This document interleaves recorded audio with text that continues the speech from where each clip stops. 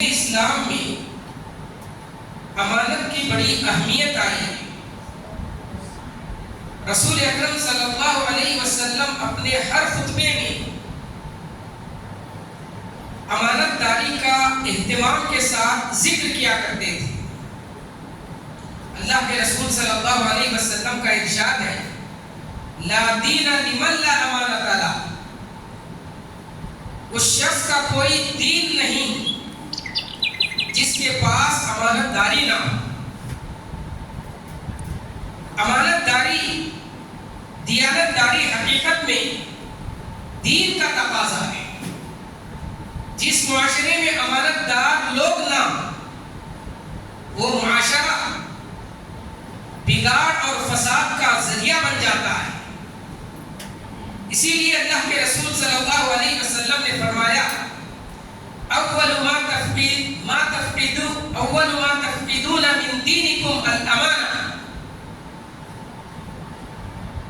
دین میں سب سے پہلی چیز جسے تم نہ پاؤ گے، جو اٹھا لی جائے گی، وہ امانت داری ہے۔ قرآن مجید میں ہر نبی نے اپنا تعارف انی لکم رسول امین کے الفاظ سے کیا کہ میں تمہاری جانب اللہ کی جانب سے بھیجا گیا امانت دار رسول۔ خود اللہ کے رسول صلی اللہ علیہ وسلم مکے میں نبوت سے پہلے 40 سال زندگی آپ نے جو گزاری، مکہ کے لوگ صادق اور امین کے لقب سے آپ کو یاد کیا کرتے تھے، سچا اور امانت دار۔ اہل ایمان کی جو صفات قرآن مجید میں بیان کی گئی، ان میں سے ایک اہم صفت یہ بیان کی گئی، والذین هم لاماناتهم وعهدهم راعون۔ اللہ کے نیک بندے، فلاح پانے والے اور کامیاب ہونے والے بندے، جن کے لیے اللہ تعالیٰ نے جنت الفردوس کا وعدہ کیا ہے، وہ ہیں جو اپنی امانتوں کا اور عہد و پیمان کا پاس و لحاظ کرتے ہیں۔ اسلام میں امانت کا مفہوم بہت وسیع ہے، اس کے بہت سارے تقاضے ہیں۔ اگر دیکھا جائے تو ساری شریعت امانت ہے۔ سورہ احزاب میں اللہ تعالیٰ نے فرمایا، اِنَّا عَرَضْنَا الْأَمَانَةَ عَلَى السَّمَاوَاتِ وَالْأَرْضِ وَالْجِبَالِ فَأَبَيْنَ أَن يَحْمِلْنَهَا وَأَشْفَقْنَ مِنْهَا وَحَمَلَهَا الْإِنسَانُ إِنَّهُ كَانَ ظَلُومًا جَهُولًا۔ کہ اللہ تعالیٰ فرماتا ہے کہ ہم نے امانت کو آسمانوں پر، زمین پر اور پہاڑوں پر پیش کیا، ان سب نے امانت کو قبول کرنے سے انکار کر دیا۔ وَحَمَلَهَا الْإِنسَانُ، امانت کے اس بوجھ کو انسان نے اٹھا لیا۔ امانت سے مراد کیا ہے؟ مفسرین نے اس آیت کی تفسیر میں لکھا ہے کہ شریعت کے تمام احکام، فرائض و واجبات، عبادات، یہ دراصل امانت ہے۔ گویا کی ساری شریعت امانت ہے۔ شریعت کی امانت کا تقاضا یہ ہے کہ ان واجبات اور فرائض کو، شریعت کے احکام کو، شریعت کی عبادتوں کو ویسے ہی بجا لائے جیسے بجا لانے کا اللہ اس کے رسول نے ہمیں حکم دیا ہے۔ علم امانت ہے۔ جو علم ہم حاصل کرتے ہیں، یہ علم بھی امانت ہے۔ علم کی امانت کا تقاضا یہ ہے، پہلے تو ہم اس پر عمل کریں۔ کل قیامت کے دن ہر انسان سے جو 5 سوالات کیے جائیں گے، ان میں سے ایک سوال علم کے بارے میں ہوگا کہ تم نے اپنے علم کے مطابق کہاں تک عمل کیا۔ اور علم امانت کا، امانت علم کا دوسرا تقاضا یہ ہے کہ ہم اس علم کو اللہ کے بندوں تک پہنچائیں۔ انبیاء کرام سے اللہ تعالیٰ نے جو عہد و میثاق لیا، ایک عہد و میثاق یہ بھی تھا کہ اس علم کو اللہ کے بندوں تک پہنچائیں گے۔ جو لوگ اللہ کے علم کو اللہ کے بندوں تک نہیں پہنچاتے، یقیناً یہ اللہ تعالیٰ کی نظر میں ایسے مجرم ہیں جن پر قرآن مجید میں اللہ تعالیٰ نے فرمایا کہ ان پر اللہ کی لعنت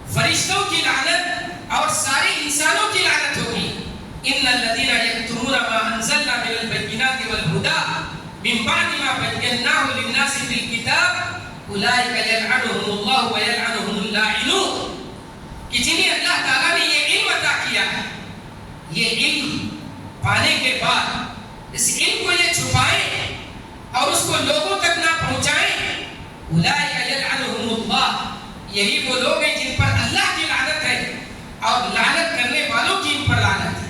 اور حدیث میں اللہ کے رسول صلی اللہ علیہ وسلم نے فرمایا من سئل عن علم فكتمه الجم بلجام من النار، کہ جس شخص کو اللہ تعالیٰ نے علم عطا کرے اور اس سے علم کے بارے میں سوال کیا جائے اور وہ لوگوں کو اس علم سے فائدہ پہنچانے کے بجائے علم کو چھپائے تو اللہ تعالیٰ اسے کل قیامت کے دن آگ کی لگام لگائے گا۔ تو علم کا تقاضا یہ ہے کہ ہم اس علم کو اللہ کے بندوں تک پہنچائیں۔ جو راز کسی کے ہمارے پاس ہوتے ہیں یہ بھی حقیقت میں امانت ہے۔ راز کی حفاظت کرنا، راز کو فاش نہ کرنا یہ بھی امانت ہے۔ یہاں تک کہ اللہ کے رسول نے فرمایا اذا حدث الرجل بالحدیث ثم التفت فهي امانہ، اگر کوئی شخص اپنے ساتھی سے کوئی بات کہے اور پھر وہ وہاں سے پلٹ کر چلا جائے تو اس کی کہی ہوئی بات امانت ہے جس کی حفاظت کرنا اس پر ضروری ہے۔ اگر کوئی ہم سے مشورہ طلب کرے اسے صحیح مشورہ دینا یہ بھی امانت ہے۔ اللہ کے رسول نے فرمایا المستشار مؤتمن، جس سے مشورہ طلب کیا جائے اسے امانت دار ہونا چاہیے۔ مجلس میں جو گفتگو ہوتی ہے اگر اس کا تعلق مجلس سے ہو تو اس گفتگو کو مجلس کے باہر ذکر کرنا یہ خیانت ہے۔ امانت کا تقاضا یہ ہے کہ مجلس کے باہر اس گفتگو کا ذکر نہ کیا جائے۔ یہاں تک کہ گھریلو معاملات میں اگر کوئی ہم پر اعتماد کر کے کوئی بات کہے یا کوئی کام ہمارے حوالے کرے تو اس کی حفاظت کرنا یہ بھی امانت کا تقاضا ہے۔ حضرت یوسف علیہ السلام کو قید کر کے یوسف علیہ السلام کو مصر کے بازار میں بیچا گیا۔ یوسف علیہ السلام عزیز مصر کے گھر میں پہنچے۔ عزیز مصر نے حضرت یوسف علیہ السلام کو اپنے گھر اور محل میں رکھا اور اپنی بیوی سے کہا کہ ان کا اچھے سے خیال رکھنا، آگے چل کر یا تو ہمیں فائدہ پہنچائے گا یا ہم اسے اپنا بیٹا بنا لیں گے۔ لیکن جب عزیز مصر کی بیوی نے یوسف علیہ السلام کے ساتھ بدکاری کرنا چاہا، بدکاری کرنے کا ارادہ کیا، حضرت یوسف علیہ السلام نے کسی صورت اس کے لیے تیار نہیں ہوئے، یہاں تک کہ قید کی زندگی کو انہوں نے برداشت کر لیا، قید خانے میں جانا گوارا کر لیا، مگر بادشاہ عزیز مصر نے آپ پر جو اعتماد کیا تھا اس کی امانت میں خیانت آپ نے پسند نہیں کی، اور جب قید خانے سے باہر آنے لگے تو اس وقت حضرت یوسف علیہ السلام نے آپ پر جو الزام لگایا گیا تھا اس الزام کی وضاحت ضروری سمجھی۔ جب پوری طریقے سے حضرت یوسف علیہ السلام کی برات لوگوں کے سامنے آئی تو اس وقت حضرت یوسف علیہ السلام کہتے ہیں ذَلِكَ لِيَعْلَمَ أَنِّي لَمْ أَخُنْهُ بِالْغَيْبِ وَأَنَّ اللَّهَ لَا يَهْدِي كَيْدَ الْخَائِنِينَ، یہ میں نے اس لیے کیا تاکہ عزیز مصر کو، میرے آقا کو یہ بات معلوم ہو کہ میں نے اس کی غیر موجودگی میں اس کی کوئی خیانت نہیں کی، اور اللہ تعالیٰ خیانت کرنے والوں کی سازشوں کو کبھی کامیاب نہیں کرتا۔ تو غرض جب کسی پر اعتماد کر کے جو کوئی کام حوالے کیا جائے تو اس کا تقاضا یہ ہے کہ اس میں کوئی خیانت نہ کی جائے اور امانت کے تقاضوں کو پورا کیا جائے، یہاں تک کہ اس دماغی زندگی کے جو راز ہیں ان کی حفاظت کرنا یہ بھی امانت کا تقاضا ہے۔ صحیح مسلم کی روایت ہے، اللہ کے رسول نے فرمایا قیامت کے دن اللہ تعالیٰ کے نزدیک سب سے بدترین آدمی وہ ہے جو اپنی بیوی سے اپنی خواہش پوری کرے اور پھر صبح ہونے کے بعد وہ اپنے ساتھیوں کے سامنے اپنی پوشیدہ چیزیں، اپنی ازدواجی کی زندگی کے معاملات دوستوں کے سامنے بیان کرنے لگے۔ اور اسی طریقے سے اللہ کے رسول نے فرمایا کہ سب سے بدترین عورت وہ ہے جو اس طرح کے رازوں کو، اس دماغی زندگی کے راز کو دوسروں کے سامنے بیان کرتی۔ تو اسی طریقے سے گھریلو زندگی یہ بھی امانت ہے۔ گھر کے افراد کی اصلاح، رشتہ داروں کی اصلاح، اولاد کی اصلاح، یہ ایک انسان کی، ایک مسلمان کی ذمہ داری۔ اس ذمہ داری کا تقاضا یہ ہے کہ گھر کے ہر فرد کی اصلاح کی کوشش کی جائے، اپنی اولاد کی، اپنی بیوی کی، اپنے رشتہ داروں کی۔ اللہ کے رسول نے فرمایا کلکم راعی وکلکم مسئول عن رعیتی، تم میں سے ہر ایک ذمہ دار ہے اور اس سے قیامت کے دن اس کی ذمہ داری کے بارے میں پوچھا جائے گا۔ جو چیزیں ہمارے پاس رکھی جاتی ہیں، کوئی شخص اعتماد کر کے ہمارے پاس کوئی چیز بطور امانت رکھے تو امانت کا تقاضا یہ ہے کہ اس کی حفاظت کی جائے اور اس میں کسی قسم کی خیانت نہ کی جائے اور اسے بحفاظت اسے واپس لوٹا دیا جائے۔ یہ امانت کا تقاضا ہے۔ عہدہ اور منصب یہ بھی امانت ہے۔ عہدہ اور منصب انہی لوگوں کو دینا چاہیے جو اس کے اہل ہیں۔ اللہ تعالیٰ نے فرمایا ان اللہ یأمرکم ان تؤدوا الامانات الی اہلہا، اللہ تعالیٰ تمہیں اس بات کا حکم دیتا ہے کہ تم امانتوں کو یعنی عہدوں کو اس کے حقداروں کے حوالے کرو۔ ہم جانتے ہیں کہ یہ آیت فتح مکہ کے موقع پر نازل ہوئی۔ فتح مکہ کے موقع پر کعبہ کی تولیت کا جو مسئلہ تھا، اس موقع پر بعض صحابہ اکرام نے چاہا کہ انہیں کعبہ کی تولیت ان کے حوالے کی جائے۔ اس موقع پر اللہ کے رسول صلی اللہ علیہ وسلم نے اس کے جو اہل تھے انہیں آپ نے طلب کیا اور یہ چابیاں ان کے حوالے کرتے ہوئے قرآن مجید کی یہی آیت تلاوت فرمائی ان اللہ یأمرکم ان تؤدوا الامانات الی اہلہا، کہ اللہ تعالیٰ تمہیں اس بات کا حکم دیتا ہے کہ عہدہ یا منصب اس کے حقداروں کے حوالے کیا جائے۔ عہدہ اور منصب ان لوگوں کو نہ دیا جائے جو اس کے اہل نہ ہو، جو اس کے حقدار نہ ہو۔ اگر کوئی اس کا اہل نہ ہو تو ایسے شخص کو عہدہ نہ دینا یہ امانت داری کا تقاضا ہے۔ حضرت ابو ذر غفاری رضی اللہ تعالیٰ جو کہ اللہ کے نبی کے صحابی تھے، آپ پر ایمان لانے والے ان صحابہ میں سے تھے جو سابقین اولین میں سے ہیں۔ جب اللہ کے رسول صلی اللہ علیہ وسلم نے اپنے کئی صحابہ کو عہدہ اور منصب عطا کیا، کہیں کا والی اور امیر مقرر کیا، تو حضرت ابو ذر غفاری رضی اللہ تعالیٰ نے اللہ کے نبی سے کہا کہ اللہ کے نبی مجھے بھی کہیں کا امیر یا والی مقرر کیجیے۔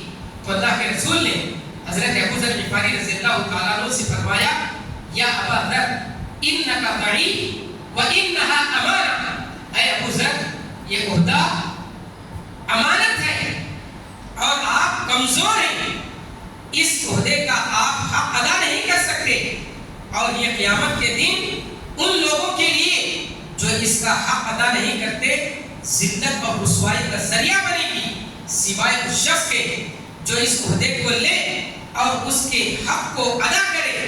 اور اللہ کے رسول نے فرمایا کہ قیامت کی علامتوں میں سے ایک علامت یہ بھی ہے کہ عہدہ اور منصب نااہلوں کے حوالے کیا جائے۔ اذا وسد الامر الى غیر اہلہ فانتظر الساعہ، کہ جب عہدہ اور منصب نااہل لوگوں کے حوالے کیا جائے تو قیامت کا انتظار کرو۔ تو قیامت کی علامتوں میں سے ایک علامت یہ بتلائی گئی کہ عہدہ اور منصب نااہلوں کے حوالے کیا جائے گا۔ ہم علماء ہمارا کسی نہ کسی ادارے سے یا کسی نہ کسی ذمہ داری سے ہمارا تعلق ہے، ہم جو بھی ذمہ داری ادا کر رہے ہوں تو اس کا تقاضا یہ ہے کہ ہم اس کے سارے تقاضوں کو پورا کریں۔ جو بھی ہماری ذمہ داریاں ہیں ان ذمہ داریوں کو پورا کریں۔ جو عہدہ ہمارے حوالے کیا جائے، جو ذمہ داری ہمارے سپرد کی جائے، اس ذمہ داری کو ہم مکمل طور پر ادا کریں۔ امانت کا تقاضا یہ ہے کہ اس ذمہ داری کے حقوق کو ادا کریں۔ اس میں کوتاہی کرنا خیانت ہے۔ اگر کوئی عہدہ ہمارے ذمے ہے یا کوئی ذمہ داری ہم نے قبول کر لی ہے تو اس کی امانت کا تقاضا یہ ہے کہ ہم اس کے تمام واجبات کو، اس کی تمام ذمہ داریوں کو ادا کریں، اور اگر ہم ان ذمہ داریوں کو نہ ادا کریں گے تو یقیناً قیامت کے دن ہمارا شمار خائنین میں سے ہوگا۔ ان ذمہ داریوں کے حقوق کو مکمل نہ ادا کرنا یہ بھی ایک طرح کی خیانت ہے۔ اسی طریقے سے جو کام ہمارے حوالے کیا جائے اس کام میں کوتاہی کرنا یہ بھی خیانت ہے۔ کام کے لیے جو وقت متعین کیا جائے اس وقت میں اس کام کو انجام نہ دینا یا پھر مکمل وقت نہ لگانا یہ بھی ایک طرح کی خیانت ہے۔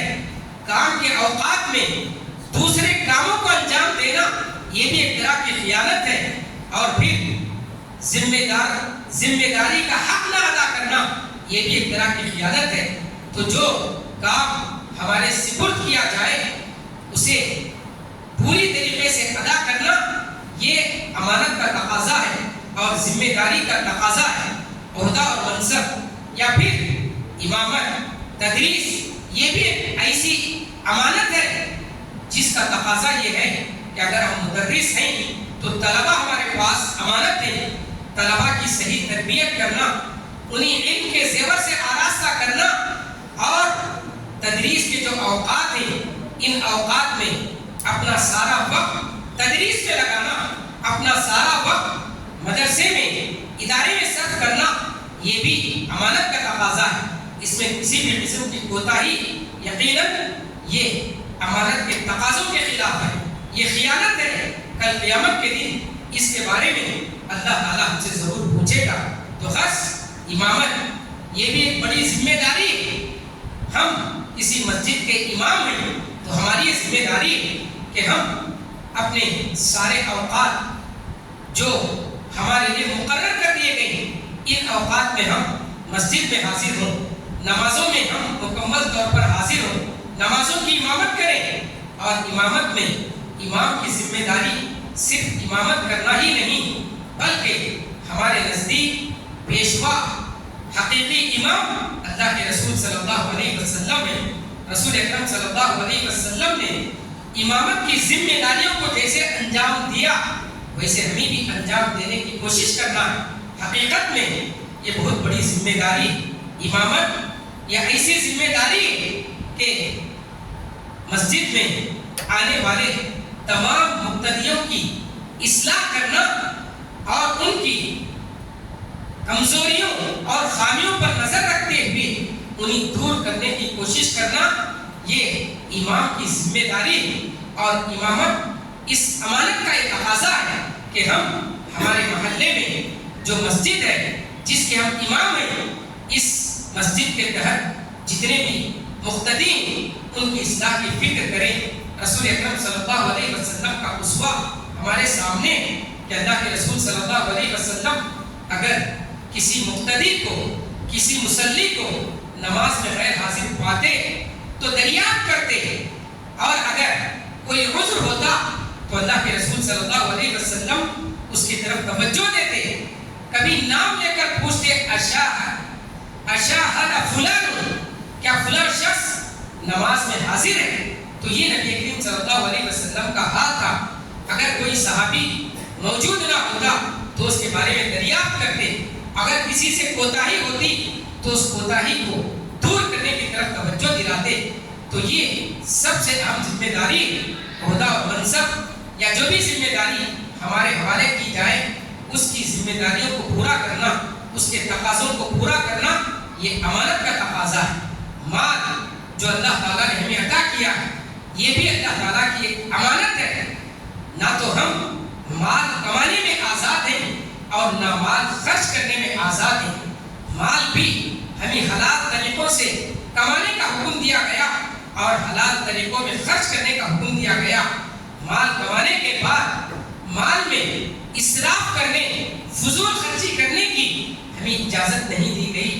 کل قیامت کے دن اللہ تعالیٰ ہر مومن سے بلکہ ہر انسان سے جن چیزوں کے بارے میں سوال کرے گا ان میں سے دو کا تعلق مال سے، تم نے مال کہاں سے کمایا اور کہاں خرچ کیا۔ تو خرچ امانت اس کا مفہوم بہت وسیع ہے۔ ہمیں چاہیے کہ امانت کے تقاضوں کو پورا کریں اور امانت سے متعلق جتنے بھی تقاضے ان کو سمجھتے ہوئے ان کو ادا کرنے کی ہر ممکن کوشش کریں. اللہ تعالیٰ سے دعا ہے کہ اللہ تعالیٰ ہم سب کو حقیقی معنوں میں ایک مومن بن کر امانت کے تقاضوں کو پورا کرنے کی توفیق عطا فرمائے. آمین. وآخر دعوانا ان الحمد للہ رب العالمین. السلام علیکم ورحمۃ اللہ وبرکاتہ.